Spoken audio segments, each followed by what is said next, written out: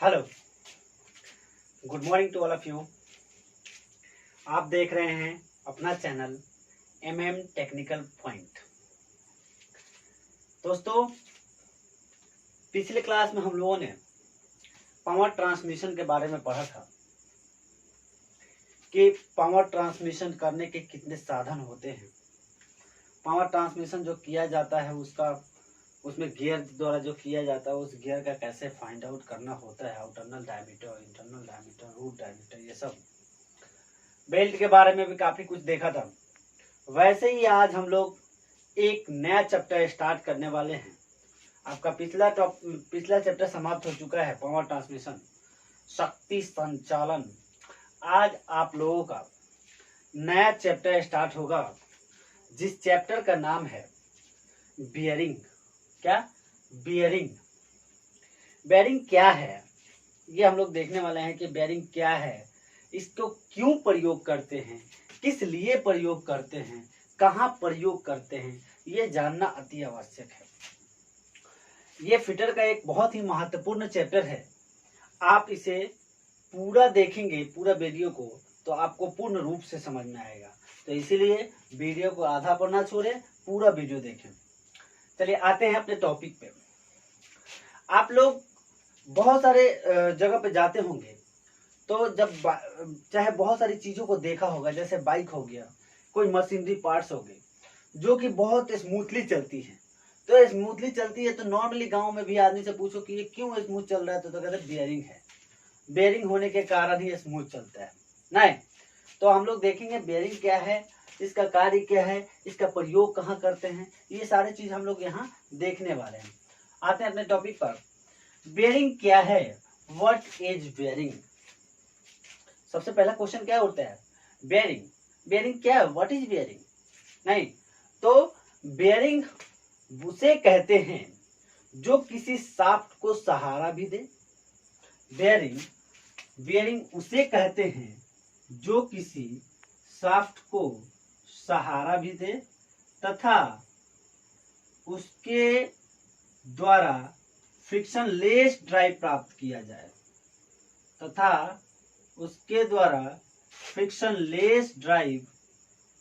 किया जाए उसे ही बेयरिंग कहते हैं। यहां देखेंगे, हमने कहा बेयरिंग किसे कहते हैं, व्हाट इज बेयरिंग?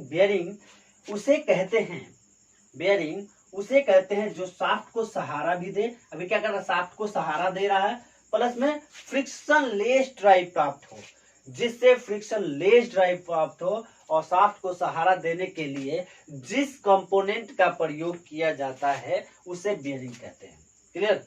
फिर से सुनेंगे, बोर्ड पे ध्यान दीजिएगा, प्रॉपर समझ में आएगा। नहीं ध्यान दीजिएगा, नहीं समझ में आएगा। बहुत लोगों को कंप्लेन है कि सर पूरा मतलब इसमें क्लासरूम की तरह समझ में नहीं आ रहा है। तो यहाँ पे आप ध्यान देंगे तो क्लासरूम की तरह समझ में आएगा। चलिए फिर से ध्यान देते हैं, देखते हैं बेयरिंग क्या है। बेयरिंग कहता है कि बेयरिंग उसे कहते हैं जो किसी शाफ्ट को सपोर्ट करे, सहारा दे तथा उसके द्वारा फ्रिक्शनलेस ड्राइव प्राप्त हो। जिस कंपोनेंट के द्वारा ये दोनों काम होते हैं उसी को बेयरिंग कहते हैं। Clear?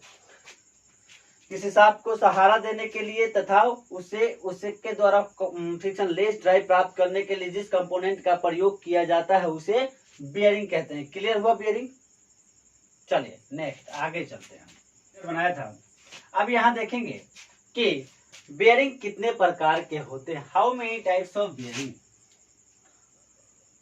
TYPES types, TYPES types of bearing.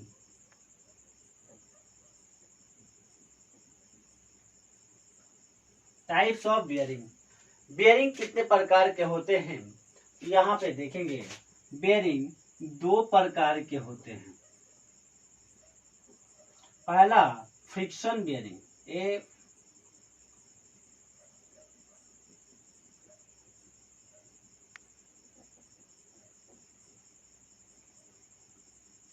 पहला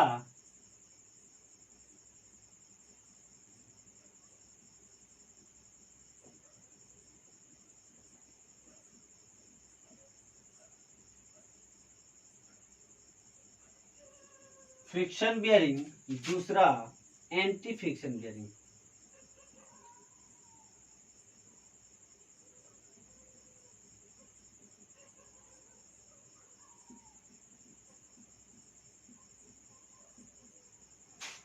ठीक है, बेयरिंग कितने प्रकार के होते हैं? बेयरिंग दो प्रकार के होते हैं। बेयरिंग किसे कहते हैं? बेयरिंग किसी शाफ्ट को सहारा देने के लिए तथा उस शाफ्ट के द्वारा फ्रिक्शन लेस ड्राइव प्राप्त करने के लिए जिस कंपोनेंट का प्रयोग किया जाता है उसे बेयरिंग कहते हैं। बेयरिंग दो प्रकार की होती है। Types of bearing, two types of bearing.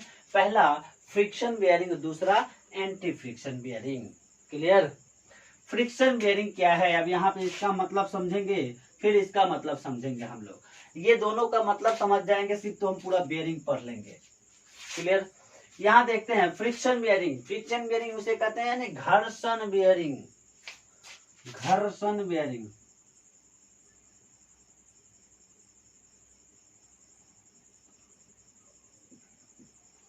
घर्षण बेयरिंग।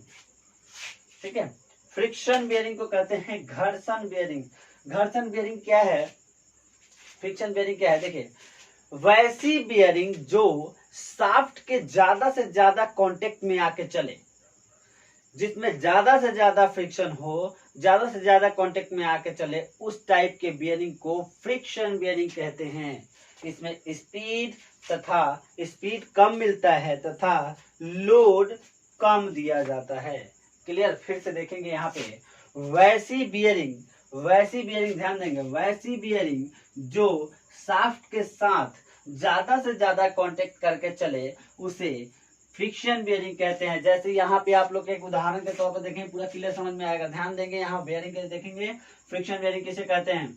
देखिए, ये एक आपका सॉलिड बियरिंग है। इस बियरिंग को आप देखे होंगे जहाँ पे थ्रेशर वैसर चलता है, यानी जहाँ पे गेहूं को पौधे से निकाला जाता है, वहां पे भूसा जो बनाने वाला मशीन होता है उसे थ्रेशर कहते हैं। और उसमें जहाँ पे गेहूं जहां से निकलता है वहां से डस्ट पार्टिकल ना, उसके लिए एक ब्लोअर लगा रहता है हवा फेंकने वाला। उसके पास देखना, उस दोनों शाफ्टों को क्या होता है, इसी बियरिंग से लॉक्ड किया गया होता है। ठीक है, आगे बढ़ते हैं। इस बियरिंग को देखिए, मैंने आधा पैसे काट दिया है। यहाँ पे मैंने क्रॉस सेक्शन भी दिखाया आपको। एक शाफ्ट लगाया इसके अंदर जो शाफ्ट लगाया मैंने उसको क्रॉस सेक्शन कर दिया। यहाँ पे आपको दिख रहा होगा, ये शाफ्ट दिख रहा होगा, पूरा ये शाफ्ट है और ये बियरिंग है जिसका आधा भाग मैंने काट रखा है, ये समझाने के लिए। यहाँ देखेंगे फ्रिक्शन बियरिंग क्या है, वो मैं आप लोगों को दिखाया। मैंने कहा था कि वैसी बियरिंग जो शाफ्ट के ज्यादा से ज्यादा कांटेक्ट में आए। आप यहाँ देख सकते हैं कि शाफ्ट के ये कितने कांटेक्ट में आए, ज्यादा से ज्यादा कांटेक्ट में आई है। और ज्यादा जो शाफ्ट के डायरेक्ट कांटेक्ट में आके, वैसी बियरिंग जो डायरेक्ट शाफ्ट के कांटेक्ट में आकर के चलती है उसे फ्रिक्शन बियरिंग कहते हैं, घर्षण बियरिंग कहते हैं। क्योंकि जब ज्यादा, जितना ही ज्यादा, हम जानते हैं फिजिक्स के अनुसार कि जब हमें कोई भी दो पार्ट्सों में घर्षण कराना होता है, अगर उन दोनों के पार्ट्सों के संपर्क एरिया, ठीक है, मतलब जो मैचिंग एरिया जो है वो बढ़ा दिया जाए, यानी संपर्क क्षेत्रफल बढ़ा दिया जाए, तो उसकी फ्रिक्शन बढ़ जाती है। क्योंकि ज्यादा से ज्यादा जब पकड़ के चले तो फ्रिक्शन ज्यादा से ज्यादा होगा, और जितना ही हम ज्यादा से कम जगह पकड़ के चलाएं उतना ही फ्रिक्शन लेस होता जाएगा। ठीक है, तो यहाँ पे देखिए, जितना ही ज्यादा ये क्या कर रहा है, इतना बेयरिंग पकड़ रहा है, ये डायरेक्ट कांटेक्ट में आ रहा है, ज्यादा से ज्यादा पकड़ रहा है, इसीलिए क्या उनसे बेयरिंग हो गया, फ्रिक्शन बेयरिंग। तो आप आसानी से आप कह सकते हैं कि फ्रिक्शन बेयरिंग किसे कहते हैं? फ्रिक्शन बेयरिंग जो शाफ्ट के डायरेक्ट कांटेक्ट में, ज्यादा से ज्यादा कांटेक्ट में आके चले उसे फ्रिक्शन बेयरिंग कहते हैं। शाफ्ट जिस बेयरिंग में ज्यादा से ज्यादा कांटेक्ट में चलता है उसे फ्रिक्शन बेयरिंग कहते हैं। और एंटी फ्रिक्शन बेयरिंग शाफ्ट कम से कम कांटेक्ट बनाकर या तो लाइन कांटेक्ट बनाए या पॉइंट कांटेक्ट बनाए, तो उस तरह के बेयरिंग को एंटी फ्रिक्शन बेयरिंग कहते हैं। ठीक है, एंटी फ्रिक्शन बेयरिंग कहते हैं वहां पे। बाकी मैं एंटी फ्रिक्शन बेयरिंग जिस दिन पढ़ाऊंगा उस दिन बहुत अच्छे से बताऊंगा। नॉर्मली समझे एंटी फ्रिक्शन बेयरिंग क्या है, जो कम कांटेक्ट में आए, जो जब क्या है, जब भी हम ज्यादा से ज्यादा कांटेक्ट में लाते हैं तो ज्यादा से ज्यादा फ्रिक्शन होगा, जब कम से कम कांटेक्ट में लाए तो कम से कम फ्रिक्शन होगा। तो यहाँ पे क्या करते हैं, हम यही क्रिया करते हैं कि यहाँ पे इतना कांटेक्ट ना करा करके हम थोड़ी सी कांटेक्ट करा देते हैं, या तो पॉइंट कांटेक्ट या तो लाइन कांटेक्ट। तभी तो हम यूज करते हैं बॉल बेयरिंग या तो रोलर बेयरिंग। नहीं, तो बॉल बेयरिंग में पॉइंट कांटेक्ट करता है, रोलर बेयरिंग में आपका लाइन कांटेक्ट करता है, वो हम लोग आगे देखेंगे। लेकिन अभी हम लोग देखें फ्रिक्शन बेयरिंग क्या है। हमने देखा बेयरिंग क्या था, फिर उसके बाद से फ्रिक्शन बेयरिंग क्या है। फ्रिक्शन बेयरिंग उसे कहते हैं जो बेयरिंग शाफ्ट के ज्यादा से ज्यादा कांटेक्ट में आके चलता है, उसे फ्रिक्शन बेयरिंग कहते हैं। क्लियर, चलिए आगे चलते हैं। क्लियर हो गया। अब फ्रिक्शन बेयरिंग जो होता है आपका,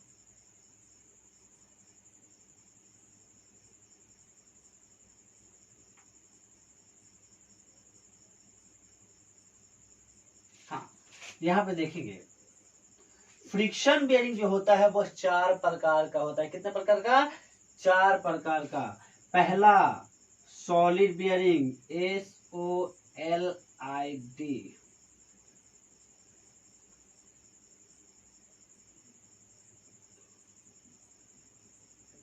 सॉलिड बेयरिंग।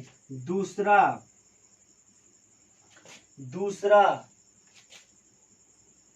आपका हो गया पहला सॉलिड बेयरिंग, दूसरा बुश बेयरिंग,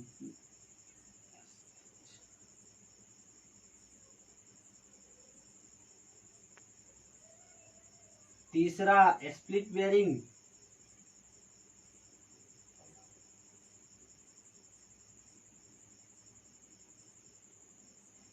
चौथा सेल बेयरिंग,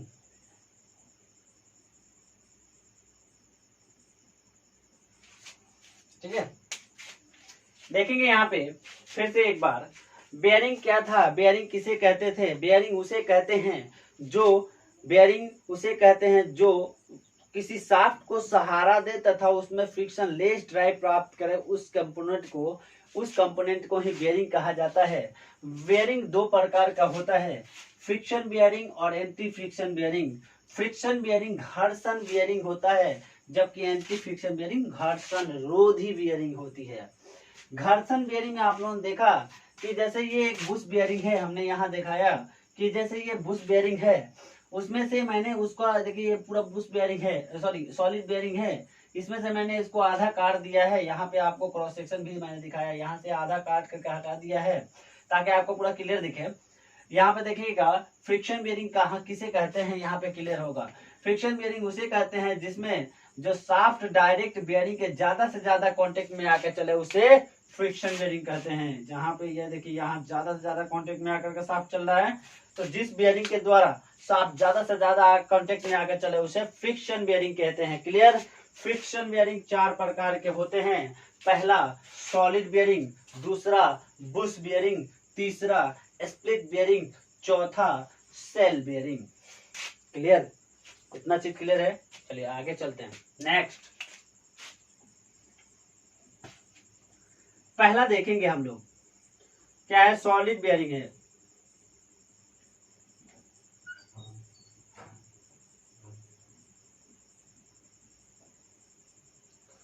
सॉलिड बेयरिंग आखिर होता कैसा है? सॉलिड बेयरिंग जो आप देख रहे हैं यहाँ पे, वही सॉलिड बेयरिंग है। ये आपका सॉलिड बेयरिंग है, यानी कि जो भी थ्रेशर के अंदर लगाया जाता है, थ्रेशर के जो वो एयर ब्लोअर होते हैं, जो कि गेहूं जहां से गिरता है और उस गेहूं में डस्ट पार्टिकल को पीछे की तरफ धक्का मारता है एयर ब्लोअर से हवा पर, वहां पे देखिएगा जो वो फ्लाई व्हील लगी रहती है। यहाँ पे ये क्या पंखी हो गई और ये नीचे की तरफ हवा फेंक रही है,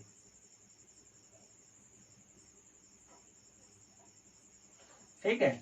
और यहाँ पे जो शाफ्ट के पास लगा रहेगा, ऐसे ही तो लगा रहता है, ये नीचे की तरफ जाकर के ऐसे घूम करके ऐसे होता है, तो वहां पे जो लगा रहा है टल फास्फोरस ब्रॉन्ज और ब्रांस की बनाई जाती है, ठीक है। गन मेटल, फास्फोरस ब्रॉन्ज और ब्रांस की बनाई जाती है, ब्रॉन्ज या ब्रांस की बनाई जाती है। तो उसमें क्या होता है, और शाफ्ट जो होता है आपका थोड़ा उससे अच्छा मटेरियल होता है। तो यहाँ पे क्या होता है, जब शाफ्ट चलेगा तो बियरिंग घिसेगी, बियर एंड टीयर होगी।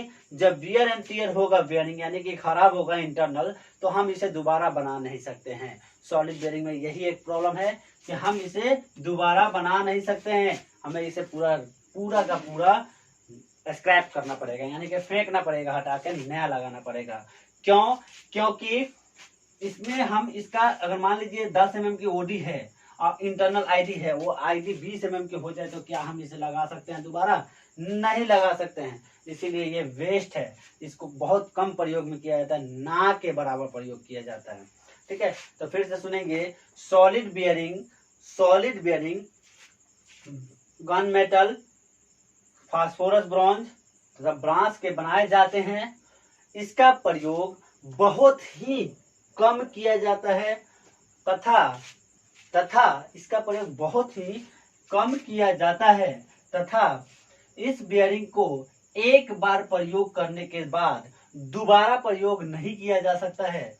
एक बार प्रयोग करने के बाद दोबारा प्रयोग नहीं किया जा सकता है। इस बियरिंग का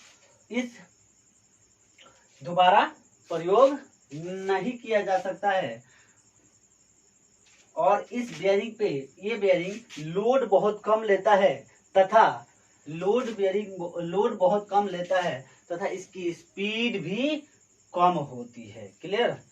इसकी स्पीड भी कम होती है। नेक्स्ट, पहला क्लियर हुआ। सॉलिड बियरिंग क्या था? ये बना किसका होता है? ये फास्फोरस ब्रॉन्ज का होता है, कास्ट आयरन का बना होता है। उसके बाद से आपका ब्रॉन्ज का गन मेटल का बना जाता है ये सॉलिड बियरिंग।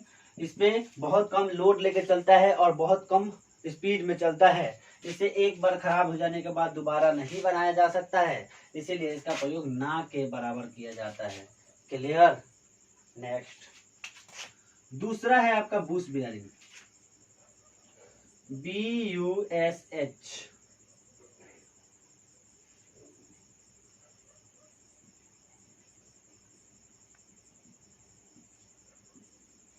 बुश बेयरिंग में देखेंगे यहाँ पे बुश बेयरिंग का मतलब होता है, जैसे देखिए ये एक बुश है,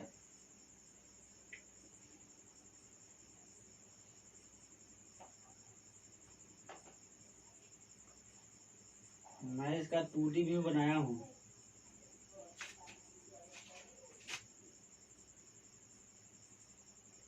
ठीक है, इसे ऐसा बुश होता है। अगर इसको रियल में देखें तो होता क्या है? बुश बेयरिंग में जो होता है ये भी देखने में बिल्कुल सॉलिड बेयरिंग की तरह होता है। फर्क कितना होता है कि इस बुश को उठाया और इसके अंदर इंसर्ट कर दिया। ठीक है, बुश बेयरिंग में जो होता है वो भी bush bearing cast iron, bronze, phosphorus bronze इत्यादि के बनाए जाते हैं। लेकिन बुश जो होते हैं सौर धातु के बनाए जाते हैं। बुश किसके बनाए जाते हैं? फास्फोरस ब्रॉन्ज के या आपके ब्रांस के या गन मेटल के बनाए जाते हैं। अब बुश बेयरिंग का प्रयोग कहाँ करते हैं? इसका प्रयोग थोड़ा इस वाले बेयरिंग से अधिक लोड लेने के लिए तथा अधिक स्पीड चलने के लिए किया जाता है और इसे दोबारा यूज किया जा सकता है। रीयूज कैसे? इसे रीयूज कैसे करेंगे? मान लीजिए यहाँ पे क्या डायरेक्ट कांटेक्ट में आ रहा था बुश बेयरिंग सॉलिड बेयरिंग के, तो ये घिस जाने के बाद पूरा खराब हो जा रहा था। लेकिन यहाँ पे ये डायरेक्ट कांटेक्ट में नहीं आएगा, पहले साफ्ट बुश के कांटेक्ट में आएगा। यहाँ पे हमने बुश लगा दिया, यहाँ इंसर्ट कर देंगे जब आप बुश, तो क्या होगा? आपका सॉफ्ट इसमें घुसेगा, पहले इसमें इंसर्ट होने के बाद इसी में घूमेगा आपका साफ्ट। तो साफ्ट की मटेरियल हार्ड होगी और इसकी मटेरियल सॉफ्ट, तो पहले ये घिसेगा। जब ये घिसेगा तो हम इसे रिप्लेस कर सकते हैं, यानी कि 10 mm की ओडी है तो इसे निकाल करके फिर से हम दोबारा दूसरा 10 mm की ओडी बना करके, इंटरनल आईडी 10 mm की आईडी है, खराब जाने के बाद अगर 20 mm हो जाती है तो फिर इसे हम दोबारा बना करके 20 mm का बना करके इसमें हम फिर से इंसर्ट करके और यूज कर सकते हैं। क्लियर? बुश बेयरिंग का प्रयोग कम लोड लेने के लिए सॉलिड बेयरिंग से अधिक लोड लेने के लिए प्रयोग किया जाता है तथा अधिक स्पीड में चलाने के लिए प्रयोग किया जाता है। बुश बेयरिंग रिप्लेसमेंट किया जाता है। बुश बेयरिंग का रिप्लेसमेंट किया जाता है क्योंकि हमारा सिर्फ और सिर्फ बुश खराब होता है, ना कि बेयरिंग खराब होती है। क्लियर? नेक्स्ट, तीसरा है आपका स्प्लिट बेयरिंग।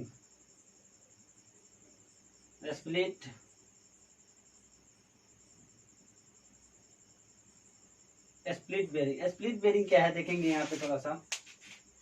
स्प्लिट मतलब होता है कटा हुआ। मैंने पावर ट्रांसमिशन में बताया था कि स्प्लिट मतलब होता है कटा हुआ। पावर ट्रांसमिशन में स्प्लिट पुली था, यानी कि 2 भागों में बटा हुआ पुली। यहाँ पे वैसा ही 2 भागों में बटा हुआ बेयरिंग्स। मान लीजिए एक बेयरिंग है जिसको दो भागों में बांट दिया गया, और इसमें क्या होता है, डॉवेल पिन लगी रहती है जो कि एक दूसरे में सेंटर में लोकेट करते हैं। आपके स्क्रीन पे आ भी रहा होगा। इसमें कॉलर बने होते हैं साइड में, इसका प्रयोग हैवी लोड के लिए किया जाता है। स्प्लिट बेयरिंग का प्रयोग दो भागों में बटा हुआ होता है, उस बेयरिंग का प्रयोग अधिक लोड लेने के लिए किया जाता है। इसका प्रयोग लगाने और निकालने में आसान होती है। इस बेयरिंग को किसी पार्टिकुलर जहां पे जगह कम हो, जहां इंसर्ट करना मुश्किल हो शाफ्ट के अंदर बेयरिंग को, वहां पे इस बेयरिंग को लगाने में आसान होती है, इसीलिए इस बेयरिंग का प्रयोग किया जाता है। नेक्स्ट, चौथा, शेल बेयरिंग।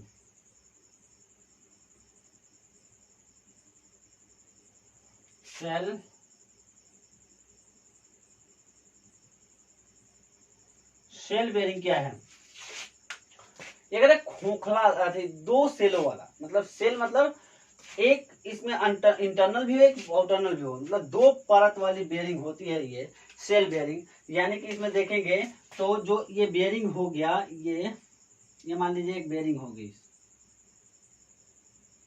तो इसमें एक परत और भी रहेगी इंटरनल, एक परत इसका, दूसरा परत इसका, ये 2D बन रहा है। तो क्या होता है, ऊपरी परत, इसमें दो परत होती है सेल बेयरिंग में। ऊपरी परत, बाहरी वाली भाग जो होती है वो cast iron, bronze, phosphorus bronze, brass इत्यादि के बनाए जाते हैं, जबकि इंटरनल जो कि शाफ्ट के कांटेक्ट में आने वाला है, जो कि शाफ्ट के डायरेक्ट कांटेक्ट में आने वाला है, वो बेबिट मेटल और व्हाइट मेटल की बनी होती है। किसकी बनी होती है? बेबिट मेटल और व्हाइट मेटल की बनी होती है। सेल बेयरिंग में जो बाहरी भाग होती है, दो भागों में बनी होती है, एक बाहरी भाग, एक इंटरनल अंदरूनी भाग। तो बाहरी भाग वाला जो होता है उसका material cast iron, phosphorus bronze, brass इत्यादि का बनाया जाता है, जबकि इंटरनल मटेरियल वो किसका बना होता है? इंटरनल मटेरियल आपका बेबिट मेटल तथा व्हाइट मेटल की बनी होती है। ऐसे करके आपका मतलब फ्रिक्शन बेयरिंग खत्म हो जाता है। अब कल नेक्स्ट वीडियो में हम लोग एंटी फ्रिक्शन बेयरिंग के बारे में जानेंगे।